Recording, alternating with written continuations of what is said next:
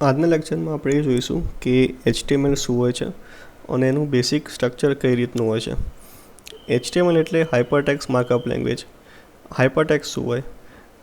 Hypertext એટલે એવી text કે જેની ક્લિક ઉપર એક બીજું પેજ ઓપન થાય એને હાઇપરટેક્સ્ટ કહેવાય. એક્ઝામ્પલ આ ગૂગલનું ન્યૂઝ આપણે લઈ લઈએ તો આમાં આ જે ટેક્સ્ટ છે તો આને હાઇપરલિંક કહેવાય અને આ જે ટેક્સ્ટ છે એને હાઇપરટેક્સ્ટ કહેવાય. હું આના પર ક્લિક કરીશ તો મને બીજા પેજ ઉપર લઈ જશે. આ થયું હાઇપરટેક્સ્ટ. Markup language. હવે માર્કઅપ શું છે? આપણે જ્યારે કોલેજમાં હતા તો બધી બુકો કે એમાં ફાઇલો બધે યુઝ કરતા હતા અને કોઈ પણ ટેક્સ્ટ વસ્તુ આપણને યાદ રાખવું હોય તો એનો માર્કઅપ પેનથી માર્ક કરી દેતા હતા, જેથી ફરીથી આપણે વાંચીએ તો આપણને ખ્યાલ આવતું હતું કે કયું ઇમ્પોર્ટન્ટ છે. જેમ કે ફોર એક્ઝામ્પલ આ જ લઈ લો કે આ હાઇપરટેક્સ્ટ માર્કઅપ લેંગ્વેજ આ જે લખેલું છે, હવે આની અંદર માર્કઅપને મારે હાઇલાઇટ કરવું છે તો હું આને ઇઝીલી હાઇલાઇટરથી માર્ક કરી દઈશ, જેથી છે ને આખું સેન્ટેન્સમાં માર્કઅપ છે જુદું તરીકે આવે છે. તો આ માર્કઅપ થયું. માર્કઅપ લેંગ્વેજ એટલે કે HTML છે એમાં અલગ અલગ બધા ટેગ હોય છે. મારે કોઈ પણ વસ્તુને બોલ્ડ કરવું હોય તો એના માટે B ટેગ આવે, ઇટાલિક કરવું છે I ટેગ આવે. આ રીતના અલગ અલગ ટેગથી આપણે વસ્તુને હાઇલાઇટ કરીએ છીએ. તો આ થયું માર્કઅપ લેંગ્વેજ. હવે જોઈએ કે આ બનું બેસિક ફાઇલ સ્ટ્રક્ચર કઈ રીતનું હોય છે. તો આનું બેસિક ફાઇલ સ્ટ્રક્ચર છે. આની સ્ટાર્ટિંગમાં આપણે ડોક ટાઈપ HTML લખ્યું છે. ડોક ટાઈપ શું છે?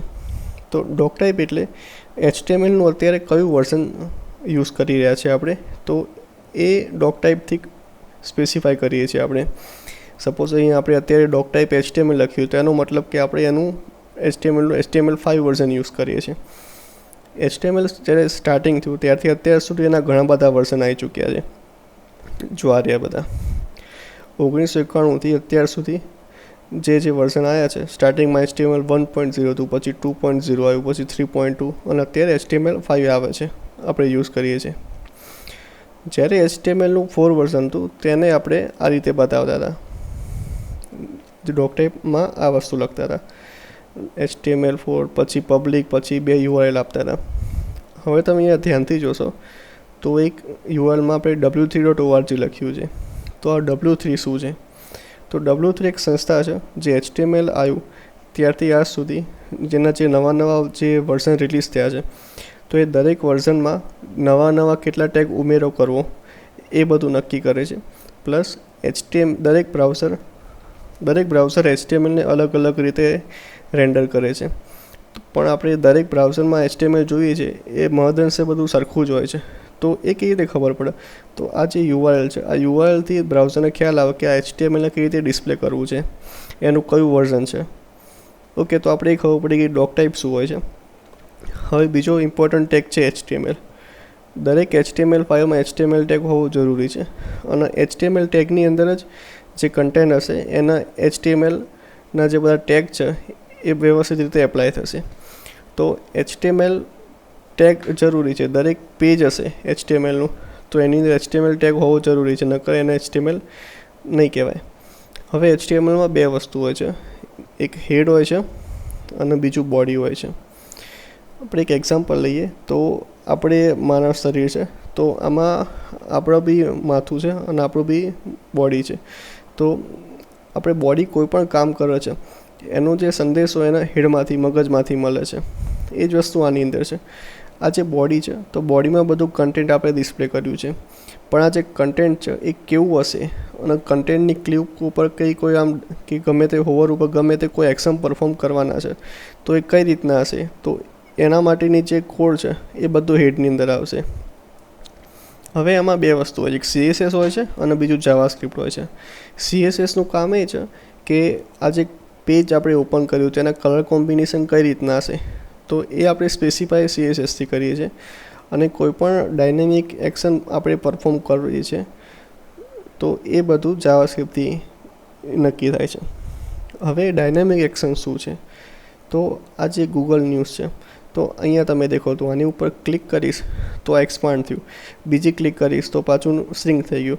તો આ જે ડાયનેમિક એક્શન થઈ એક પ્રકારની, અને આનો જે કોડ છે એ જાવાસ્ક્રિપ્ટની અંદર થાય, અને જાવાસ્ક્રિપ્ટનો કોડ છે એ આપણે હેડની અંદર ઇન્ક્લુડ કરી શકીએ.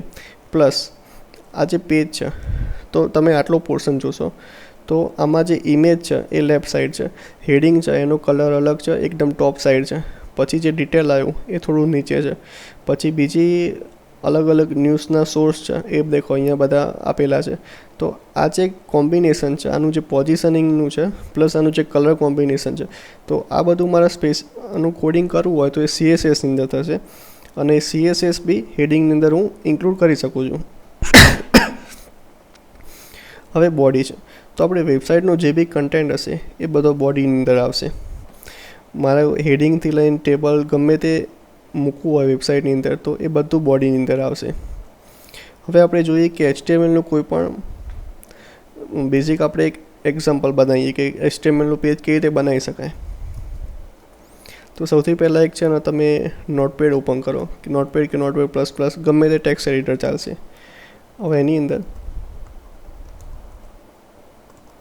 ડોક ટાઈપ HTML, આનાથી આપણે એનું વર્ઝન આપી દીધું, એનું કયું વર્ઝન છે. પછી HTML/HTML આપણે HTMLનું ટેગ બનાવી દીધો. હવે આમાં બે વસ્તુ નોટ કરવા જેવી છે. બે એક એલિમેન્ટ હોય છે અને બીજું એટ્રીબ્યુટ હોય છે. હવે એલિમેન્ટ એટલે કેવું કે આપણે આ HTML બનાવ્યું તો આ એક એલિમેન્ટ થયું, અથવા તો કોઈ પણ હું પેરેગ્રાફ બનાવું છું કે તો આ જે આખી વસ્તુ બની આ એક એલિમેન્ટ છે. હવે એટ્રીબ્યુટ તો એ કેવું હોય કે આ પેરેગ્રાફ છે એમાં મને કોઈ એડિશનલ ઇન્ફોર્મેશન આપી છે કે આનું ટાઇટલ શું હશે, તો હું આ રીતે લખીશ.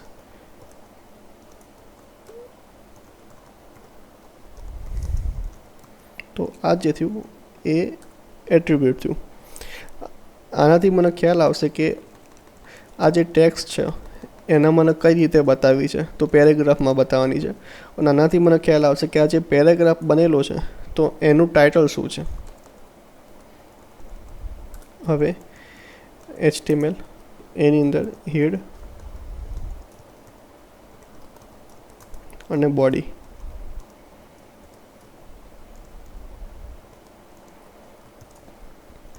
દેખો તમે એક વસ્તુ ધ્યાન કરો કે જે બી ટેગ છે એ જે નામથી ચાલુ થયું હોય એ જ નામથી એન્ડ થશે. એન્ગ્યુલર બ્રેકેટની અંદર ખાલી એન્ડિંગ વખતે ખાલી સ્લેશ એક વધુ આવે, જેથી ખબર પડે કે આ એલિમેન્ટ અહીંયા પૂરો થાય છે. એક ટાઇટલ આપી દઈએ. બાય ધ વે આજે આપણે આ જે એલિમેન્ટનું નામ છે એ કેસ સેન્સિટિવ નથી. હું કેપિટલમાં કે સ્મોલમાં જે રીતે લખવું હોય એ રીતે હું લખી શકું છું. બોડીની અંદર એક હેડિંગ મૂકી દઈએ.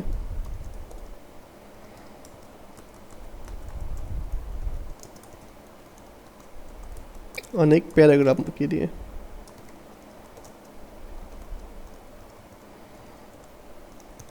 ઓકે, આપણું HTML રેડી થઈ ગયું અને સેવ કરીએ છીએ. જે નામ આપવું હોય એ આપી દેવાનું. અને આનું જે સેવ એઝ છે એનું ટાઈપમાં HTML સિલેક્ટ કરવાનું. ઓકે, આને મેં સેવ કર્યું. ડેસ્કટોપ પર તમે જોશો તો HTMLની એક ફાઇલ ક્રિએટ થઈ ગઈ છે. આના પર હું ડબલ ક્લિક કરીશ તો બ્રાઉઝરની અંદર એ HTML ઓપન થશે. દેખો આજે ઓપન થઈ ગયું. હવે આપણે જે ટાઇટલ લખ્યું હતું તો એ ટાઇટલ અહીંયા છે, હેડિંગ જે આપ્યું હતું એ અહીંયા છે, અને જે પેરેગ્રાફ લખ્યો હતો એ અહીંયા આ રીતે ડિસ્પ્લે થયું છે. દરેક બ્રાઉઝરમાં એક ટૂલ હોય છે જેનાથી આપણને ખ્યાલ આવે કે આ જે પેજ છે આનું HTML શું છે. તો એ જોવું હોય તો પેજ ઉપર રાઇટ ક્લિક કરવાનું, વ્યૂ પેજ સોર્સ ઉપર ક્લિક કરવાનું. તો દેખો આપણે જે HTML લખ્યું હતું સેમ HTML અહીંયા ડિસ્પ્લે થઈ ગયું. આ જ વસ્તુ દરેક વેબસાઇટને લાગુ પડે. સપોઝ આ ગૂગલ ન્યૂઝ છે તો આનું HTML મારે જોવું હોય તો રાઇટ ક્લિક કરીને વ્યૂ પેજ સોર્સ. તો આ ગૂગલ ન્યૂઝનું HTML છે. ઓકે, HTMLમાં બસ આટલું જ છે. આ બહુ એકદમ ઇઝી વસ્તુ છે. હવે નેક્સ્ટ લેક્ચરમાં આપણે એ જોઈશું કે આના જે અલગ અલગ ટેક્સ્ટ ફોર્મેટિંગ છે એ આપણે કેવી રીતે કરી શકીએ. Thank you.